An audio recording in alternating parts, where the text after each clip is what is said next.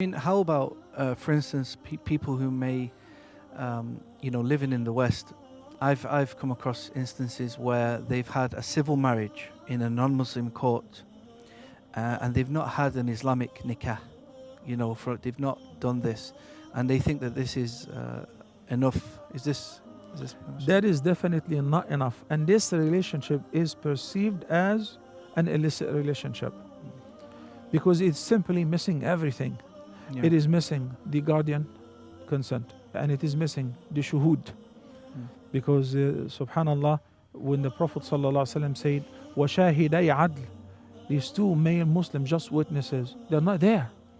And it's done in the court, that is perfectly fine, and I definitely agree to that, and I support that in order to secure your rights, in order to open a joint account and move in together, and then when you have kids, those are your kids, and for the inheritance in case of the death of either one of the parties, all of that is great.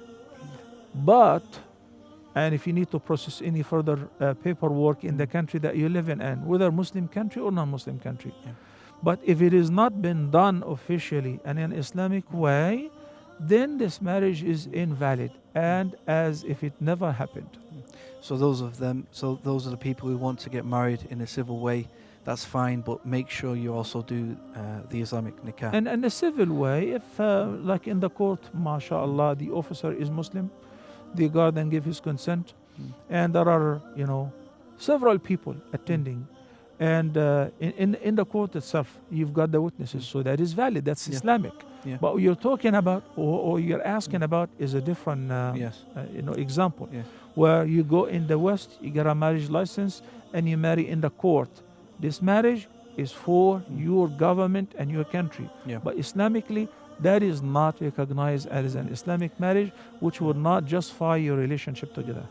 What if the groom had lied beforehand, and maybe he said he's not married, and then later they find out he's got 3 wives? 3 all at once, mashallah, at one shot. We said, al-mu'minuna 'inda shurutihim. The Muslims are bound to their conditions. When a person introduces himself, I have witnessed some divorce cases where the wife demanded divorce because the groom, the husband currently, and his family lied to them from the beginning. They said that he holds this position and his salary is that much and he speaks 7 different languages. Okay? Yeah, all of that. And when I asked the husband, was that true? He said, yes. And I was wrong. And my father was wrong. We made a mistake. Okay? So this is called deception.